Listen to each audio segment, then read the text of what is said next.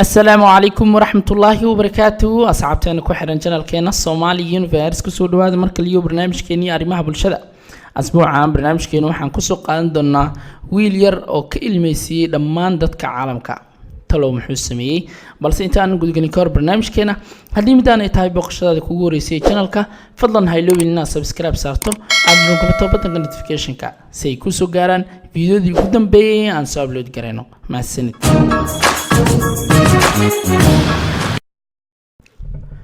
sheekadani waxay ku dhacday canug faqiir ah oo ku nool mid ka mid ah dawladaha Carabta. Maalin kasta wuxuu aadaa iskuulka isaga oo wata dharkiisa oo wasaq ah iyo boorsidiisa oo qadiimi ah. Canugan maalin kasta iskuulka ayuu ku soo daahaa, cid ogna ma jirto sababta uu ku soo daaho. Ayadoo ay midaas jirto ayuu macalinka maalin kasta ciqaabaa. Axmed markii uu soo gaaro kalaaska oo albaabka furo, macalinka ayaa joojinaya sharxaada cashirka isaga oo weydiinaya sababta uu ku soo daaho maalin kaste. Isaga oo ka cabsanaya ciqaab ayuu leeyahay macalinkii, wadada ayaan ku soo daahay macalin. Laakiin macalinka uma uusan cudur daarin, maalin kastana waa uu ciqaabi jiray. Ardayga ayaa soo galayay kalaaska isaga oo indhihiisu ka daadanayso ilinta, waliba ardayda saaxiibadiisa hortooda iyaga oo ku qoslaya.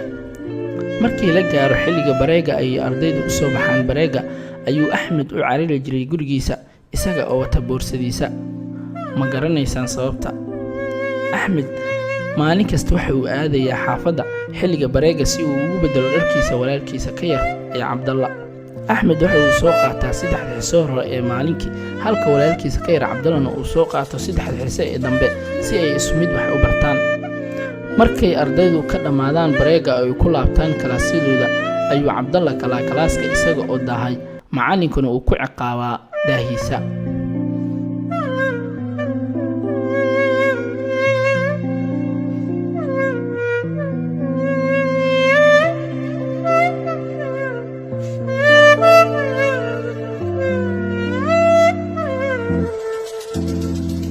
Arrintu sideedii ayay ku socotay ilaa uu arrinta ka arko mid ka mid ah macallimiinta iskuulka. Macalinka ayaa nafsadiisa dareemay yaxyax weyn.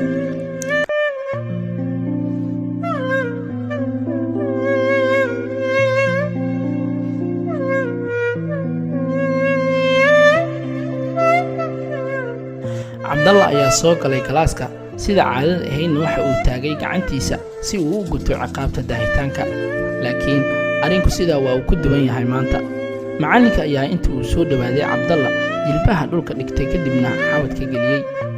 Ya Allah, wiilkan maalin kasta waxa uu aadayaa xaafadiisa si uu dharkiisa ugu soo bedelo walaalkiisa ka yar oo guriga ku sugayay si isagana wax ugu soo barto.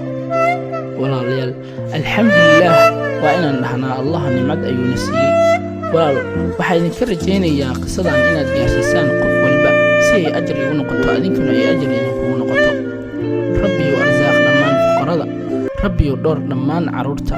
Allahumma aamiin. Walaalayaal, xaaladan waa hal xaalad waxaa laga yaabaa inay ka dhacayso deriskeena oo aan ognahay ama aan iska indhatirayno. Allah waxaan ka baranaynaa inuu dhammaan muslimiinta sharfo. Allahumma aamiin.